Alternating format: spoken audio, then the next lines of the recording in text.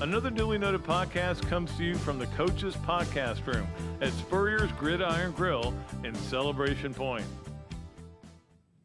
You know, I've been thinking we need to get a new picture for that where they bring it in, because at that time I had this weird wart on my head and it eventually fell off. So thank goodness for that. I thought it might have been something serious, but it looks bad. So, Evan, we got to go take some pictures. Well, maybe when we're doing the Leonardo's commercial, we're going to do a Leonardo's commercial in the next couple of weeks too. All right, welcome to another Dooley Noted Podcast. I mean, we're in a silly mood today, so you just got to live with it. It's presented, of course, by the great people at Titan MRI who have been lifesavers for me.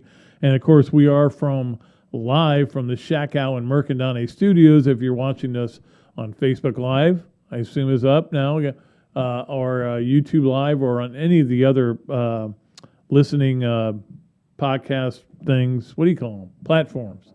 Those things. So we got a lot to go on, a lot to talk about. A little bit later today, Scott Rabalais, my good friend from the Baton Rouge Advocate, will join us. He's knows LSU inside and out. And I figure there's no point taking a lot of time dissecting the Vanderbilt game. We'll do a little bit of it, but this is about the LSU game coming up. By the way, Friday, Matt Baker will join us from the Tampa Bay Times. Can't wait to have him on. We've also got a couple other guests lined up, Andy Staples, Tony Barnhart. We're trying to get all the dates. We're trying to get a little bit more in advance rather than just kind of, I don't know if my guest is going to be Tuesday or Monday. We do it Tuesday, we'll be late.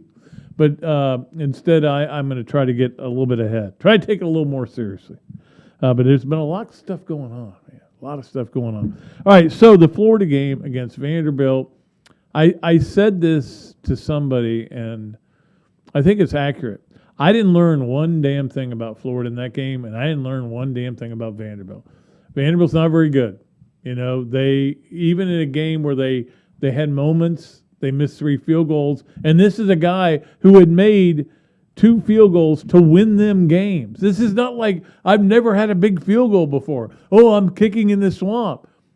I'm kicking to beat Colorado State. I'm kicking to beat UConn at the buzzer. That's about as much pressure as you can get. We may not win another game if I don't make this kick. You weren't going to win that game kicking field goals against Florida, but stunningly, he missed them. He kept missing them. Missed 3. It's almost like that game. Did you watch the Cincinnati and Green Bay game where they missed 5 straight kicks? Some of them in overtime. It was unbelievable. It was let me tell you what, this was a great weekend to watch football. College football, NFL. It was unbelievable. So Florida, you know, they again, without a bunch of guys, without Malik Davis, without Kyer Elam still. Garage isn't there. And now they've lost Elijah Blaze for the season, which I don't know what's going on there. It's interesting to me, though, that when the story came out that Elijah Blaze is leaving, and he played a couple of games and had 2 personal foul penalties. That was basically his contribution to the stat page.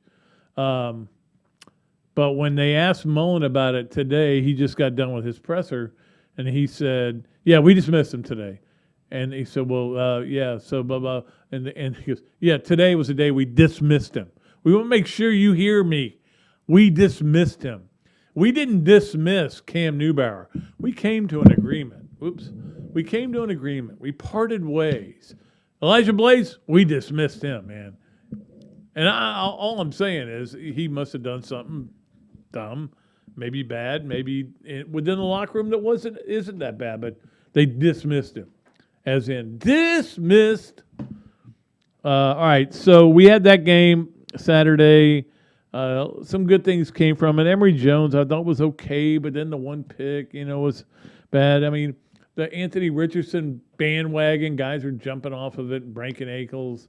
I still think he's going to be a great player, but he's not a great player now. And this is what we keep coming back to. He's not a great player now. So are you going to do this? Are you going to say, trash the season?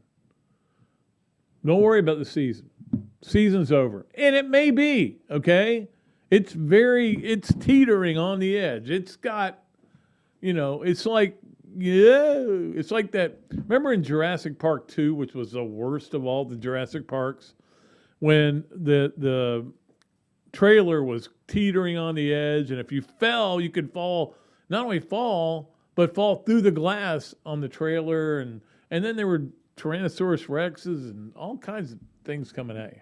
That's what it feels like right now for Florida's football season. Right there. That's where it's teetering.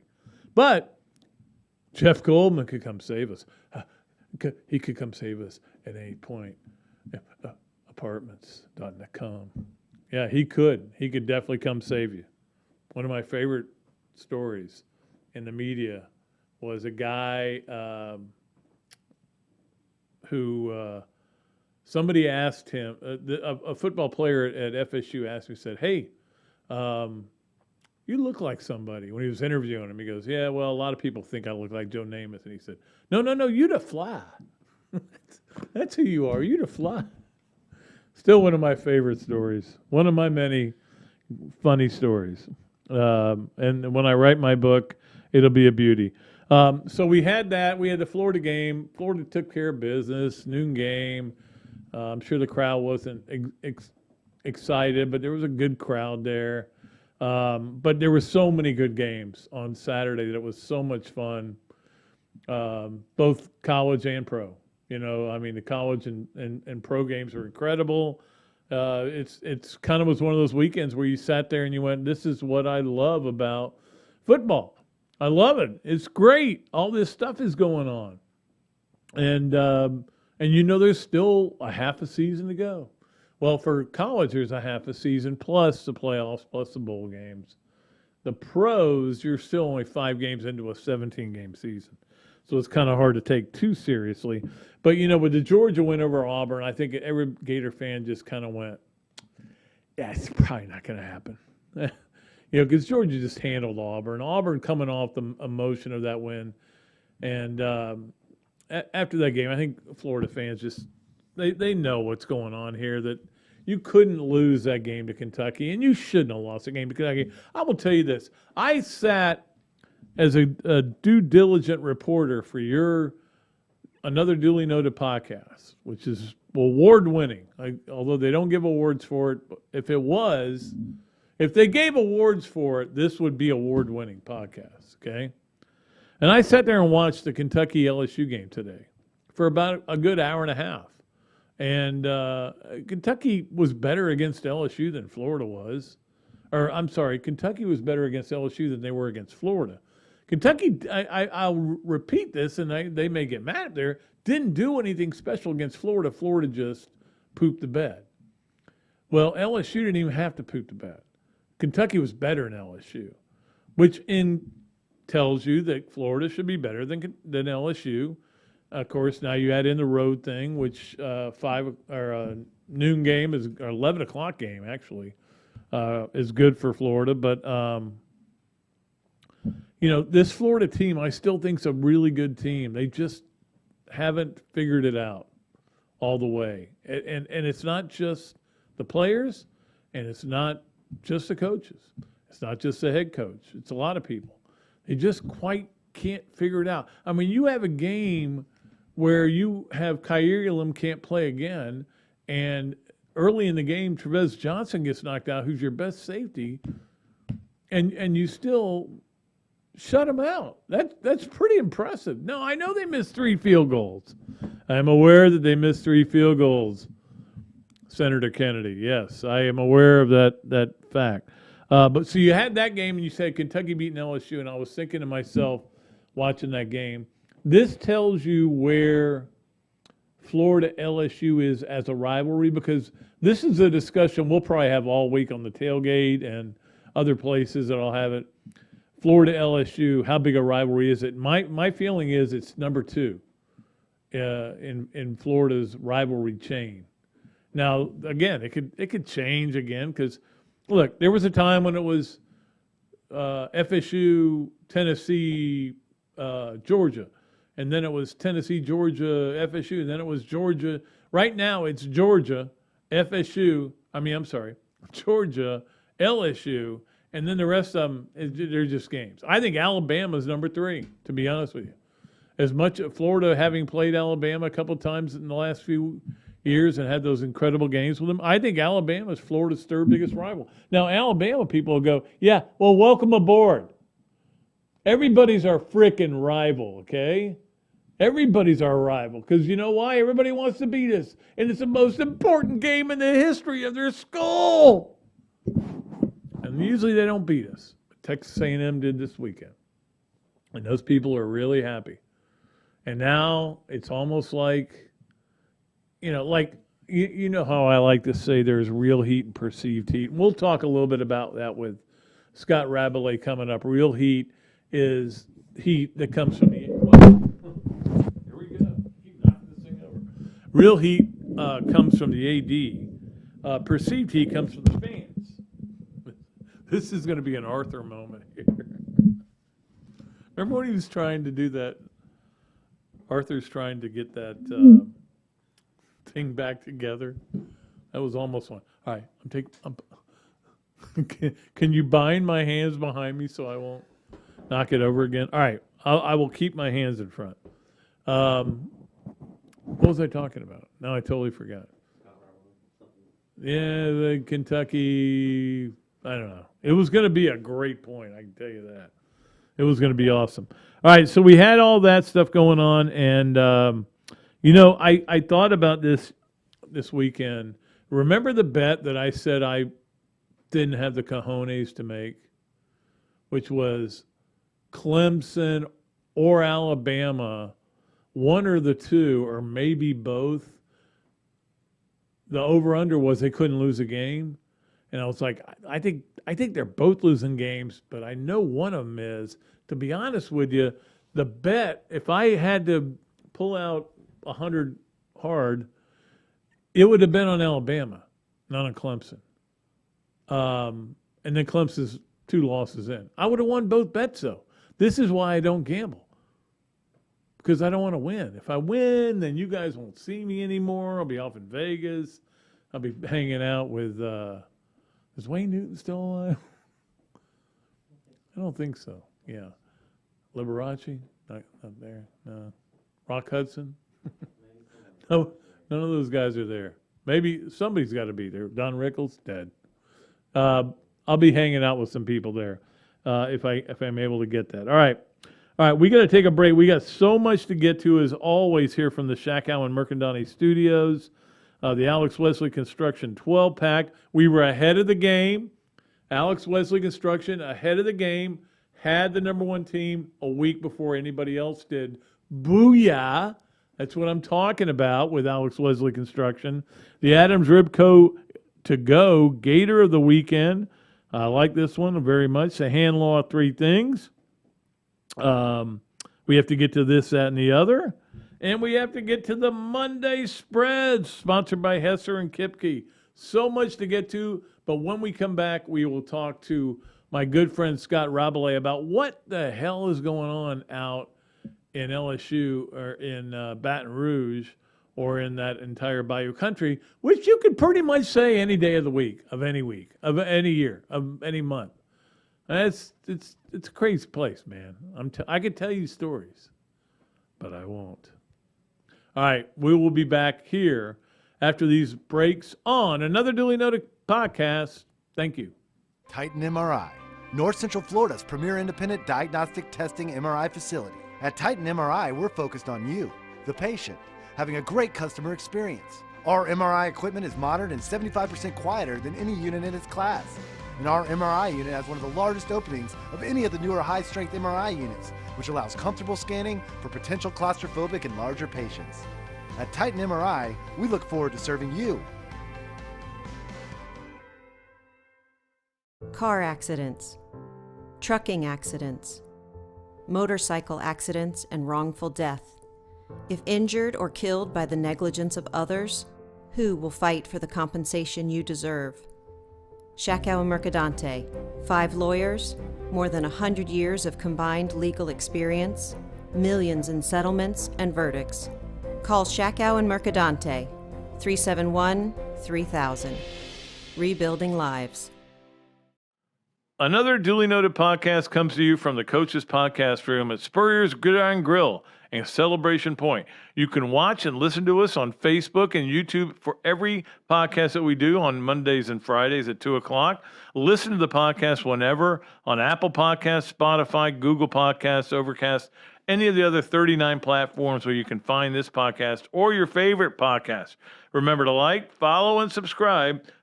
If you have any questions or comments, leave them in the comments section below or call me if you want to do some advertising at 352-317-3444.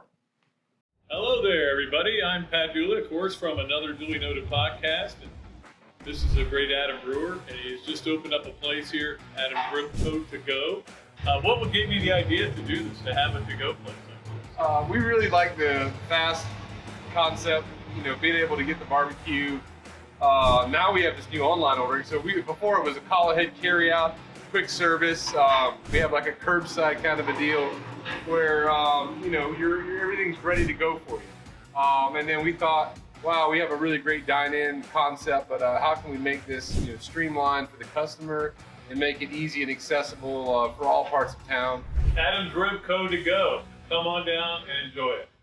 Great food, great atmosphere, a diverse menu, everything made from scratch, plenty of space, and locally owned. These are all the characteristics of a great restaurant, and you can find each and every one of them right here in Gainesville at Ballyhoo Grill. Ballyhoo Grill prepares all of their food fresh every day, from their salad dressing to their award-winning soups. Bring your family and enjoy dinner under the Tim Trebo Tiki Hut while listening to live music. Or if you're running low on time to eat out, they also deliver through Uber Eats, Fight Squad, and Postmates. A Gainesville staple that's been open for over 30 years. Check out Ballyhoo Grill on Facebook or at ballyhoogrill.com.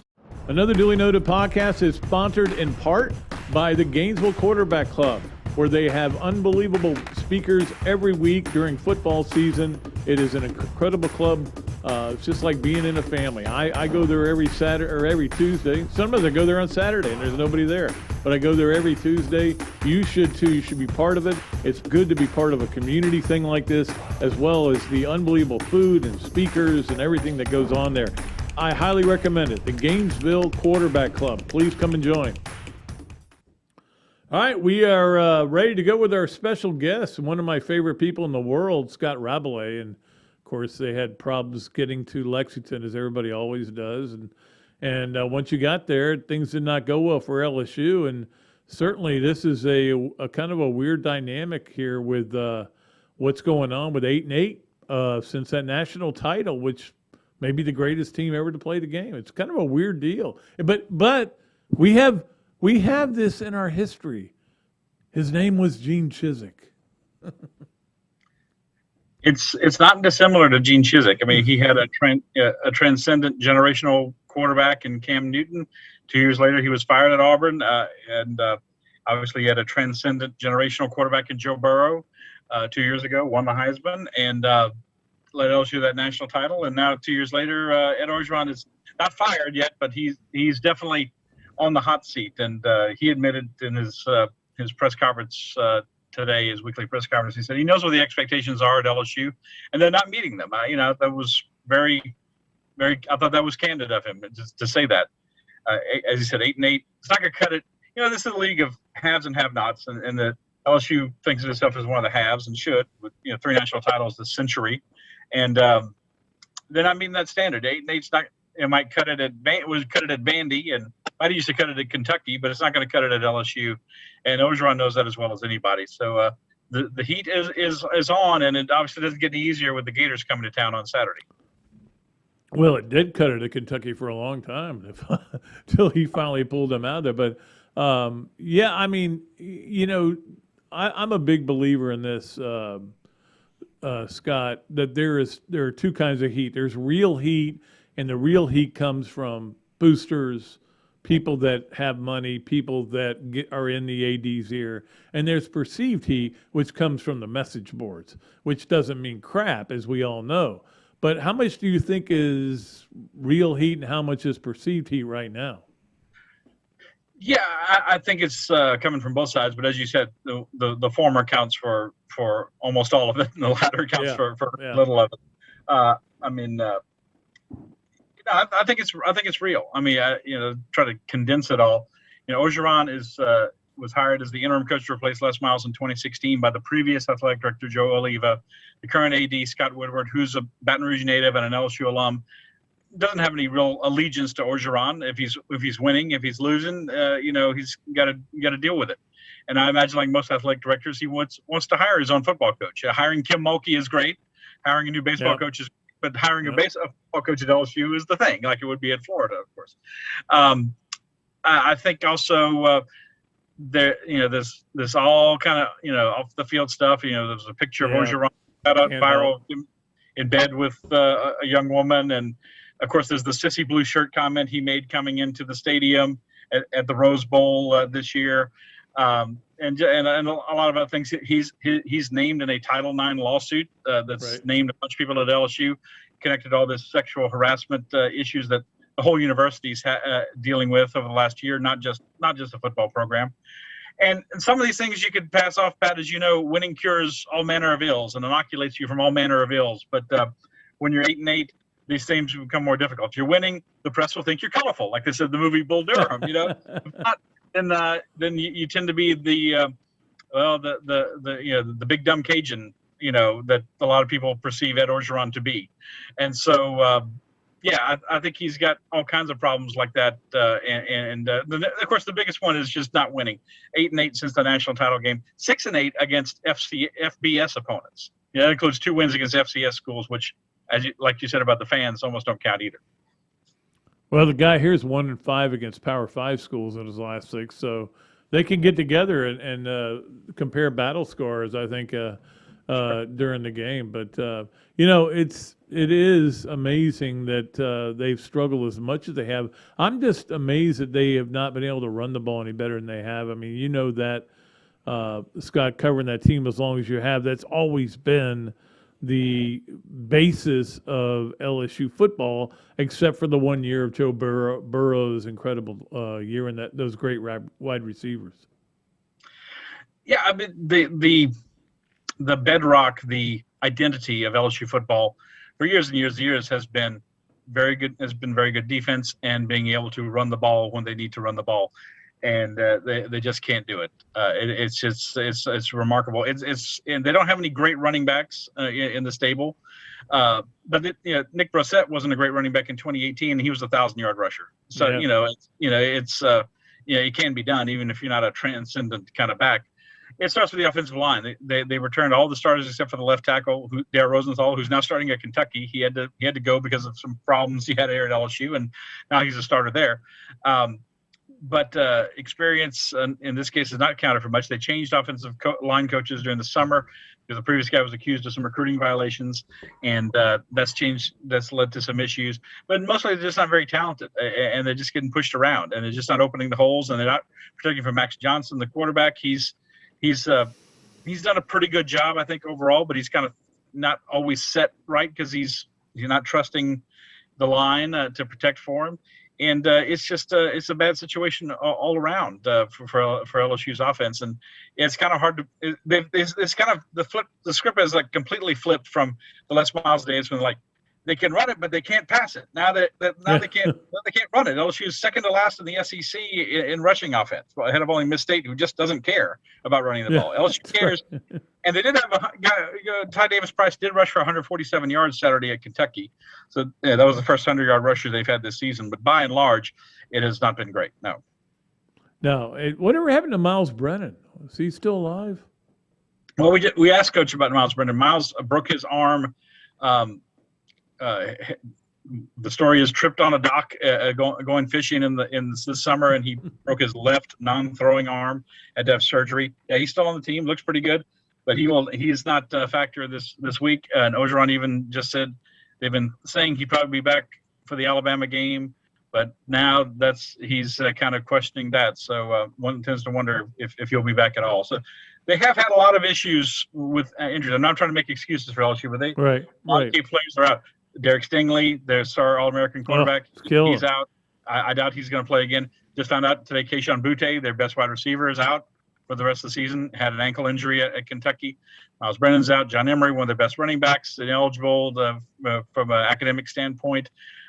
They do get defensive tackle Glenn Logan back for the first time this week. That's a plus for LSU. Lost one of their starting linebackers. Again, not to make excuses, but the list of key players who are out is getting pretty long. You know, Scott, we have seen it before where the Florida LSU rivalry has taken a new level. In fact, I just said on the show that to me it goes Georgia LSU now. It used to go obviously Georgia FSU Tennessee, sometimes Miami being there, but now it's Georgia LSU. And I don't know that whether LSU can generate that hate that they have for Florida, which is genuine, and the hate that Florida has for LSU is genuine, with all the stuff that's going on, whether they're going to be fired up. I mean, 11 a.m. game certainly is not going to help, and I'm sure that everybody out there cringed when they saw that. No, it's not a help. They obviously they want to play night games in Tiger Stadium. They always want to play at night. It would be much better. I think, frankly, Pat, I think this is about as good a situation for Florida as you could hope to have coming to Tiger Stadium. Right. The stadium, you got a fan base that's dissatisfied. They had COVID restrictions. LSU was the only school in the SEC requiring people to be vaccinated to come to the games. Yeah, and they pulled them. Yeah, but they pulled that. I think partially because they were suffering at the gate. But still, dissatisfied fan base. 11 o'clock kickoff. People have moved on. It's not about. It doesn't matter who's coming or not. In Florida is one of LSU's biggest rivals, and it's been a great series. I think these are two. I think you'd agree these have been two fairly evenly matched programs. For the most part. Over the last 40 years or so. And but I think people have just kind of moved on. They're ready to know who the next coach is going to be, and they're not as concerned about what happens this year. I mean, what does LSU do at this point? 3-3. Do they rally to try to make the Birmingham Bowl? I mean, how much is there to play for this season? Don't do it. It's terrible. Don't ever go to the Birmingham Bowl. It's awful. Well, that's the question I have for you. Scott, is what will it take? Where's that over under for at Ogeron? Because there were a lot of people that were like that was their sleeper pick to win the West this year, even though everybody was high on Alabama and of course Texas A&M, but that was their sleeper pick. If he still can win 8 games, is he okay? If he could win 8 games, so that means winning 5 of your last 6 at this point. With everyone's ranked that you still have to play, except for Louisiana Monroe. So that's the only sure. Well, I said this going to the Kentucky Terry Bowden, baby. Well, yeah, that's right. I said this going into the Kentucky game. LSU could win every game left on the schedule except for Alabama. LSU could lose every game left on the schedule except for ULM. So. Right now, only 4 wins is guaranteed, and that's just not going to cut it. The last, they were 5-5 last year, and you can say, well, it was a COVID year and all the problems associated with that. But Alabama won the national title last year. Texas A&M went 10-1. Florida, it was in contention for a playoff spot until they lost to LSU. So those things could have been done. And if they lose 5 or more games this year, the last guy to do that was Jerry DiNardo, and his last 2 years at LSU, he got fired, paving the way for Nick Saban to be hired in 2000. So I don't think it's that coupled with some of the off-the-field issues and, like I said, probably an athletic director who deep down would like to hire his own guy. Right. It makes it a tough standard to climb at this point. We got a couple of Facebook comments. One is from Greg. It wants to know how many rivalries say that for 3 years in a row the winner was national champ, which Florida and LSU did 06, 07, 08. I don't know what the answer to that is. That may be the only one that ever did. Oklahoma, Nebraska, maybe, or something like that. I mean, not very many. Those lines. And it'll be interesting to see. If I may, it'll be interesting to see. There's going to be schedule realignment with Texas and Oklahoma joining the league. It'll be interesting to see. I don't imagine LSU and Florida will be permanent opponents. Yeah, anymore. I don't think so. Yeah, I think that's out. Yeah. And they played each other every year since 1971. 50 years. They've played each other every year. Yeah. Well, and we got another Facebook question that wants to know. I'm very concerned about playing LSU. They always bring their A game versus Florida, and I do think that LSU and I think Florida. I think they play at a higher level with this game. That's why you can watch these two teams play and go, oh, this is a rivalry game. Generally speaking, that's true, and obviously I think it's been true for both sides. And they certainly didn't bring their A game at Kentucky, and Kentucky's a good team. They're not a great team. They're not Georgia or anything like that, but they're a good team, and they do what they do well. But that was their first 20-point SEC win, they said, since 1998 or something like that. I mean, they don't. They beat South Carolina by 6. They beat Chattanooga by like 5. I mean, they haven't been blowing people out of any note this year, and they just took it to LSU. They just rammed it right down their throats, rushed for 330 yards, which I think bodes very well for Florida. LSU's coming back to play at home. Obviously, home is always a factor, even if it's a half-full Tiger Stadium. But I tell you, Pat, it could get ugly. I mean, the first time LSU punts, there might be boos. I mean, like I said, people are ready to move on from. Well, I'm sure they have an Australia punter, so I mean, actually, that was Avery Atkins from Auburn. Okay. Yeah. But usually they have, they kind of started that trend, didn't they? They did with Brad Wing. Yeah, sure did. Yeah, so it'll be interesting. I mean, it think about this. What Spurrier did to LSU, beating them 11 out of 12, and that all of a sudden allowed Florida to have a cushion. Well, they're working on ruining that cushion because LSU's won 8 of 11. Now, the games of the last 11, they've all been great games for the most part. We've sat there and gone, and I think there's been a lot of anguish on both sides, no matter who wins. But that's what makes a great rivalry. Like, Tennessee's not a rival anymore. No, it's good close games. What has made LSU Auburn a great rivalry. The LSU lost to Auburn by 5 this year. Like 18 of the last 32 between LSU and Auburn have been decided by a touchdown or less. And you have a lot. I don't know what the numbers are in the Florida series off the top of my head, but it is a similar thing. A lot of great games, a lot of memorable games. Teams having one team or the other having a great year where they're in national contention or both, as you said. Back in the mid. Last decade, it was very, very close like that. So it's been a great series, and I understand that Florida fans should, maybe take a little pause when they come to their team has to head to LSU. But yeah, I'm telling you, this is probably as good a time as any to come to Tiger Stadium for a game if you're Florida. Well, I will say this: there's a lot of them going to be there because they love going out there, and I know the quarterback club here in Gainesville will be out there. And they do love coming. It is still a special stadium. And it's like, but I agree with what you're saying about how with Oklahoma and Texas coming in, Florida and LSU may be out. But there was part of the Florida LSU thing. The reason that Jeremy Foley wanted it so bad is you knew when LSU was coming to town, they were bringing people and there was going to be a big crowd. Yes. And when you knew when your fans love to go to Baton Rouge and New Orleans. So it was a perfect scenario. And I'm like, we got LSU and Alabama this year. It's a terrible deal. But that was a lot because Florida wanted to play LSU every year. And I think there's some of that here, too. I think though, there's been a lot of LSU fans saying, Alabama played, their permanent opponent is Tennessee. And obviously Tennessee hadn't beaten Alabama under Nick Saban. This is like 15 years now. So, it's like LSU's had a little tougher with Florida being better. So I think there'll be some happiness among LSU fans that they want to play Florida every year. I think there'll be some sadness because there have been a lot of great games. In general, it's going to be kind of sad, but I think to me, if you ask me what's more likely is you have 3 permanent opponents that kind of geographical in nature, and then you play 6 teams home and away, and the other 6 home and away. That means a 9-game SEC schedule. That's not set in stone. Herb Vincent from the SEC was at the game Saturday. He said they're still talking about everything. Obviously, they still don't know when Texas and OU will come to the league. Sometime between next year and 2025. But I think it's certainly coming, and the trick is going to be to make things equitable for people. Because, as I said, half the league is have and half the league is have-nots. And you don't need LSU's 3 permanent opponents from an LSU perspective don't need to be Alabama, Florida, and Oklahoma, say, or something like that. For Florida. But Florida obviously if they had to pick, they'd want it to be Georgia, right? Who else would they pick? Who else would Florida fans pick, you think, if you had to pick 3 permanents? I think they would take Auburn because Auburn is the closest city to Gainesville.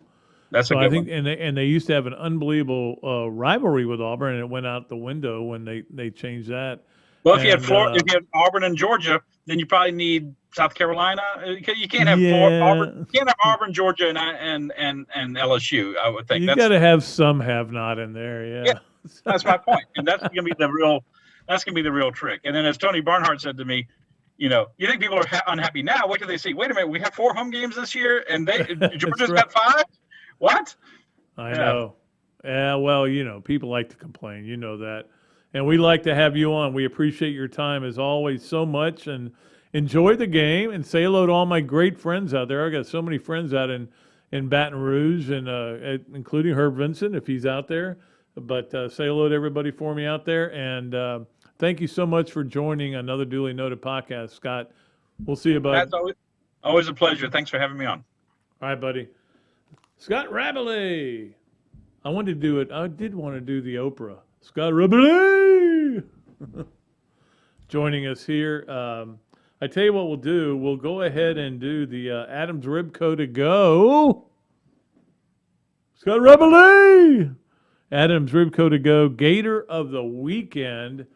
And you know what? The idea behind Gator of the weekend was that, hey, soccer, volleyball, football, you'll have all that going on. Well, soccer never wins anymore. I don't know. They got to give them time. I agree. Volleyball's struggling again. In fact, they're part of the hand law 3 things. But so I said, you know what? I'm going to go with Rashard Torrance. Now, Torrance, because, don't forget, they lost in the first quarter, or I think it was early second quarter. They lost Trevez Johnson, who's their best safety. They lost, I don't know what Elijah Blades did or will do, especially if I say something bad about him, but he's gone. And then you had Kyrie Elam out, of course, at corner. And so he came in and did a great job playing as much as he did. 15 tackles. 15 tackles is a lot of tackles. 15 penalties is a lot of penalties. That's what happened last week. This week, you got 15 tackles and 1.5 for loss. So I thought just watching the game, I said, Rashard Torrance, that may be the guy I want to go with for Gator of the weekend. Of course, sponsored by Adams Ribco to go, where I went the other day and had an unbelievable dinner. All right, we got a lot of stuff we got to get to on the other side of this break. The Alex Wesley Construction 12-pack, Leonardo's a Millhop Hopper Quick Picks, the Monday Spreads sponsored by Hesser and Kipke, this, that, and the other, and Hand Law 3 things. Are we going to fit it all in? Somehow we will on Another Dooley Noted Podcast. Car accidents, trucking accidents, motorcycle accidents, and wrongful death. If injured or killed by the negligence of others, who will fight for the compensation you deserve? Shakow and Mercadante, 5 lawyers, more than 100 years of combined legal experience, millions in settlements and verdicts. Call Shakow and Mercadante, 371-3000. Rebuilding lives. Titan MRI, North Central Florida's premier independent diagnostic testing MRI facility. At Titan MRI, we're focused on you, the patient, having a great customer experience. Our MRI equipment is modern and 75% quieter than any unit in its class. And our MRI unit has one of the largest openings of any of the newer high-strength MRI units, which allows comfortable scanning for potential claustrophobic and larger patients. At Titan MRI, we look forward to serving you. Another Duly Noted Podcast comes to you from the Coach's Podcast Room at Spurrier's Gridiron Grill and Celebration Point. You can watch and listen to us on Facebook and YouTube for every podcast that we do on Mondays and Fridays at 2 o'clock. Listen to the podcast whenever on Apple Podcasts, Spotify, Google Podcasts, Overcast, any of the other 39 platforms where you can find this podcast or your favorite podcast. Remember to like, follow, and subscribe. If you have any questions or comments, leave them in the comments section below or call me if you want to do some advertising at 352-317-3444. Another Duly Noted Podcast is sponsored in part by the Gainesville Quarterback Club, where they have unbelievable speakers every week during football season. It is an incredible club It's just like being in a family. I go there every Saturday or every Tuesday. Sometimes I go there on Saturday and there's nobody there. But I go there every Tuesday. You should too. You should be part of it. It's good to be part of a community thing like this, as well as the unbelievable food and speakers and everything that goes on there. I highly recommend it. The Gainesville Quarterback Club. Please come and join. Great food, great atmosphere, a diverse menu, everything made from scratch, plenty of space, and locally owned. These are all the characteristics of a great restaurant, and you can find each and every one of them right here in Gainesville at Ballyhoo Grill. Ballyhoo Grill prepares all of their food fresh every day, from their salad dressing to their award-winning soups. Bring your family and enjoy dinner under the Tim Trebo Tiki Hut while listening to live music. Or if you're running low on time to eat out, they also deliver through Uber Eats, Fight Squad, and Postmates. A Gainesville staple that's been open for over 30 years. Check out Ballyhoo Grill on Facebook or at ballyhoogrill.com. Hello there, everybody. I'm Pat Dooley, of course, from Another Dooley Noted Podcast. And this is a great Adam Brewer, and he's just opened up a place here, Adam Brewer To Go. What would give you the idea to do this, to have a to-go place? We really like the fast concept, being able to get the barbecue. Now we have this new online ordering. So before it was a call ahead carry out, quick service. We have like a curbside kind of a deal where everything's ready to go for you. And then we thought, wow, we have a really great dine-in concept, but how can we make this streamlined for the customer and make it easy and accessible for all parts of town? Adam's Rib Co. To Go. Come on down and enjoy it. Okay, welcome in to Another Dooley Noted Podcast, and this is how much I love you guys and how much I'm willing to sacrifice for you. The Braves are playing right now in the playoffs, and I'm talking to you. I'd rather talk to you than just look at meaningless baseball scores. All right, we need to do, and we don't need to do, but we love to do, the Hand Law 3 Things. Hand Law presents 3 things, which is one of our favorite things. It's a Hand Law is a Florida law firm which helps clients with government. You can learn more about Hand Law by visiting its website at www.hand.law. The firm is available for consultation in Jacksonville. All right, so let's get to the Hand Law. Hand Law, 3 things. 3. Look, there I am. All right. Number 1, playoff baseball is better than anything. It really is. I mean, I love college football. I love major golf. But, man, playoff baseball gets me so excited. Now, I am and everybody tells me you can't do this, but I am a Red Sox fan, even though I'm a Braves fan.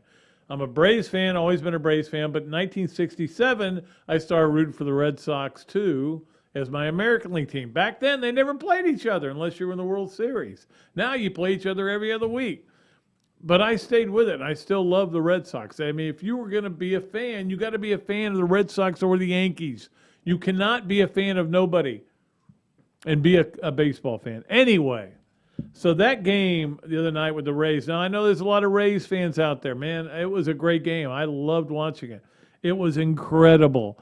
And, of course, the way it ended with that play, which is like I'm in my office watching it. My wife's out in the living room, and she's kind of watching it, but she's also doing work on her computer, and she starts screaming, "What is the call there?" And I'm like, I come out and I go, let me look at it again. Let me look at So, yeah, they got the call right. It's just a bad luck, bad situation. And I was happy, though, because the Red Sox won. And we'll see what happens today. We'll see what happens with the Braves, too. As we sit here right now, it's 0-0. Just so you know, in case you don't want to get left out. All right, that's number 1 on Hand Law's 3 Things, who do a great job of sponsoring him. Not only this segment, but also, of course, Robbie Andrews' segments. And Robbie will be back next Friday. He'll be back, I think. All right. Number 2, De'Aaron King out for the year. You hate to see that. The guy, though, I wouldn't have taken the path he took, to sit out the year at Houston and then go to Miami, and it is kind of a selfish past. But this is what college football is now. transfer portals and everything like that, and go where it's best for you. So he had a great year last year and did a lot of great things, but then he got hurt in the bowl game. Another argument against bowl games, which is very unfortunate in a lot of ways, because I love bowl games, and if nobody wants to play in them, then they're going to go the way of the dinosaur. But today they announced that he has it's a shoulder. It's not the knee that he hurt before, and he hadn't played in a couple of weeks. And I think Van Dyke is their new quarterback, but he is out for the year, and that's a shame. And I don't know what a guy like him does, because he's a 5'9" quarterback who was good but not great in college, and you always wonder take care of him. The guy did great things for university. I don't know. It's this way. I can't see him playing anywhere else, but hopefully he does. I hope he does. Okay, and then finally on handle all three things, volleyball over the weekend splits with LSU, and again, this is a weird team in terms of, I thought they were going to be supposed to be pretty good, and they seem to be pretty average so far. Maybe they'll click a button, splitting with LSU. They're 5-2 in the SEC, and that's great. But I was just curious about this, so I looked it up. They have 6 losses this year. The most losses Mary Wise has ever had at Florida is 7, twice. So this likely, I would say, would be the team that loses more games. I mean, all you have to do is lose one more game and then lose in the NCAA finals. So you get all the way to the finals and still have the most losses in the history of the program. It's an odd. I haven't been able to get a good explanation. Like sometimes you go to smart people who know a lot about the sport, and they give you good explanations. I haven't been able to get that yet. But I haven't really asked, to be honest with you. All right, so that's the hand law of 3 things. Thanks so much for everything they do. Let us go to Leonardo's and Millhopper Quick Picks. And you guys did not do well last week because nobody had Naquan Wright as their leading rusher. Like one guy did, and he qualified. I've got them all written down at home. So this week it's going to be very simple. And here's the thing. They don't give the spreads for NFL games. Maybe they do somewhere, but I don't care. Look, it's my rules, my show. I'm doing it the way I want to. But the Bucks at Philadelphia, I'm giving the Bucks. I'm not giving the Bucks. I'm taking away 9 points. I'm giving Philly 9 points, which is a lot for an NFL game. Okay, especially on the road.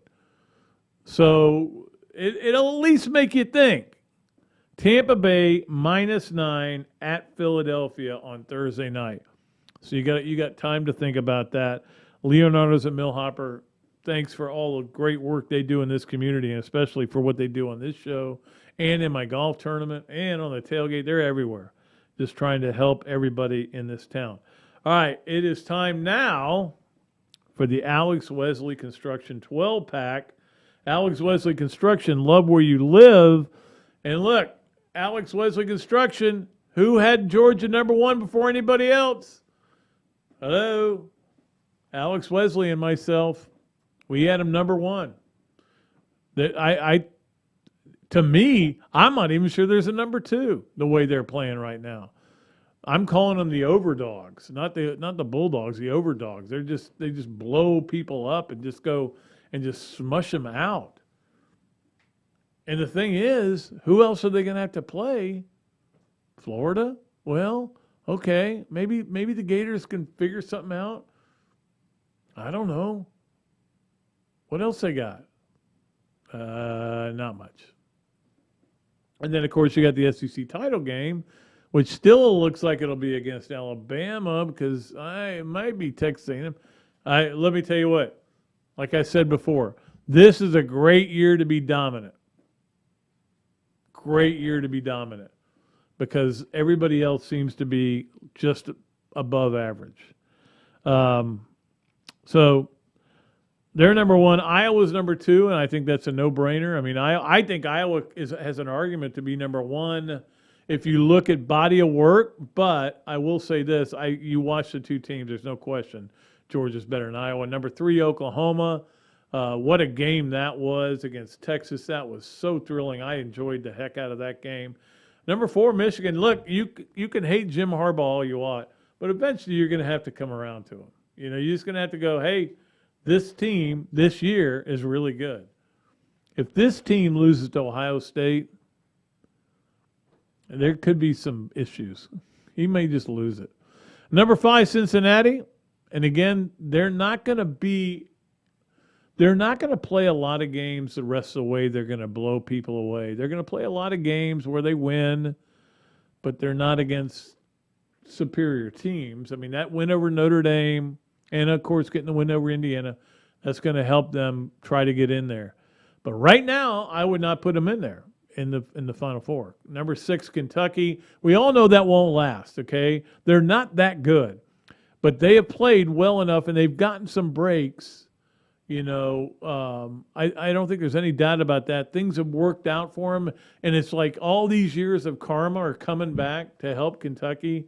And I almost feel like, hey, you deserve it, guys. You've gone through hell. You've gone through the Jerry Lorenzen throw up in the air and not covering receivers and the bluegrass miracle and everything. Every way to lose you have found. So hopefully you can find ways to win. And I got no problem with Kentucky. Look, Kentucky now would have to lose 3 of their last 4 games for Florida to have a chance in the SEC East. So I don't think that's happening. Okay. So just hope. Here's all you can hope for. Here's what you hope for with your Florida football team. You hope they finish strong. You hope they play well down the stretch. You hope they win the next game. Then you hope they win the next game. All the other stuff is kind of out the window. There's no doubt about it. But it could still be a good year. Number 7, Alabama. Alabama may have taken a step back this year. Number 8, Penn State. Tough loss for them. Number 9, Oklahoma State. I don't know how good Oklahoma State is. I will be dead freaking honest. Haven't seen one game they played this year. And I watch more football than anybody. I mean, right now, God is up there going, I didn't see this game. Dooley had it, but I couldn't get it. I get every game. But I have not watched them play a game. So I'm just going by the record. Ohio State, number 10, and number 11, Oregon. I really like that team. Despite that loss. And Michigan State just keeps playing well. I don't think they're that good again. And that's the thing. There are a lot of teams that are top 12 in the Alex Wesley Construction 12-pack or in any of those kind of things that maybe aren't that good. But you know what? They're good enough this year. So a lot of times that's what sports is. That's what everything is. How good are you the year you needed to be that good? Like, you could be, like, mediocre one year and play for the national title. You could be really good, like that 95 Florida football team, and you run into a team that was generational and you just couldn't handle them. 2 years, the next year they could have beaten that team. The next year they didn't have to beat them, but they could have. But, I mean, I'm just saying, it's all about what you are when you need to be it. And right now, that's what it is. That's what it is with Kentucky. Kentucky's not great. They built a good program, and I like their lines of scrimmages, but they're not a great team. But they're good enough to beat everybody that they play, except maybe this week, because this week they play Georgia. All right, so that is our Alex Wesley Construction 12-pack. Love where you live with Alex Wesley Construction. All right, we still have to do our the Monday spreads. We haven't even gotten to the Monday spreads. Look, I wrote it down. Look. Okay, the Monday spreads are brought to you by Hesser and Kipke, a law firm based in Hale Plantation, specializing in employment, workers' compensation, and family law. Turnover. Visit their website at www.hklawfl.com or call Ken and Jennifer at 339-9920. Now, how slick was that? I shouldn't say turnover, though, when I turn it over, I guess. Yeah, so here are some of the spreads. We give them to you on Mondays, sponsored by Hesser and Kipke. Right now, Vanderbilt is a 20-point favorite over South Carolina. No, they're 20-point underdog. I'm sorry. South Carolina's 20-point favorite over anybody. It's hard to imagine. A&M given 9 to Missouri. Arkansas given 17.5 to Mississippi State. Kentucky getting 22.5 at Georgia. Kentucky, no respect, man. They just won't give you any respect. Take that, put that up on the wall of your practice facility, the spread on this game. They still aren't going to do you any good. But maybe it will. Now, here's the most interesting spread of them all. Florida, when the line opened, and it opened early, like right after some of the games, maybe even before that, maybe even a couple weeks ago, was 3.5. Florida, a 3.5-point favorite. It's already gone up to 10. Oh, they don't like that crawfish down there. They are not happy with LSU and the way they're playing. So the line has gone to 10 in the Florida LSU game. Mississippi is giving up 3 points at Tennessee. That'll be an interesting game. That'll be a very interesting game. And then Auburn giving 3.5 or getting 3.5 at Arkansas. I don't know what to do. Do not bet on Auburn under any circumstances. That's the way I'm going to leave it with it. All right. Finally today, as we go through everything here on a wonderful Monday, we have to get to This, That, and the Other. This, That, and the Other, of course, sponsored by Ballyhoo Grill, by Dar Shakow Insurance, and by the Ironwood Golf Course. We always love This, That, and the Other. And number one is, this. It's not number one. It's a this. Is that, remember when everybody wanted Ed Orgeron to be the coach at LSU? They needed, we want Ed. He's one of us. He's one of us. We want him. And guess what? They hired him. They hired him, and we all kind of went, you're out of your mind. This guy's, football. And we made fun of him. And guess what? That is that he won the national championship 2 years ago. Didn't lose a game, didn't come close to losing a game. They were really good. He had the right coaches, and they did a great job. And, of course, the other is this may be it for him. That, look, this is the SEC. They already fired one coach after 2 years after he won a national title. They fired another coach a year after he won his second straight SEC East championship. His name was Jim McElwain.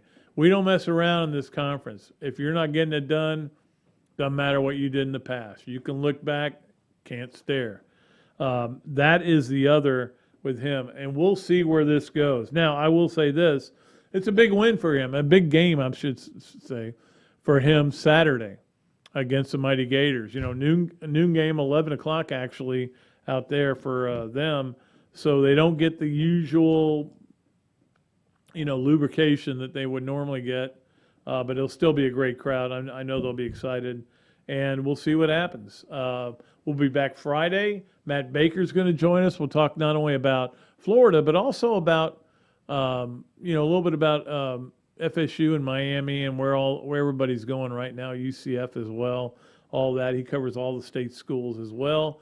So I think that's going to do it for another day of Another Duly Noted Podcast. Thanks so much to all our great sponsors. We love you to death. You keep this thing going, and it is going strong, and we really appreciate you. Until next time, my name's Pat Dooley, and I am deep way back, and I am out of here.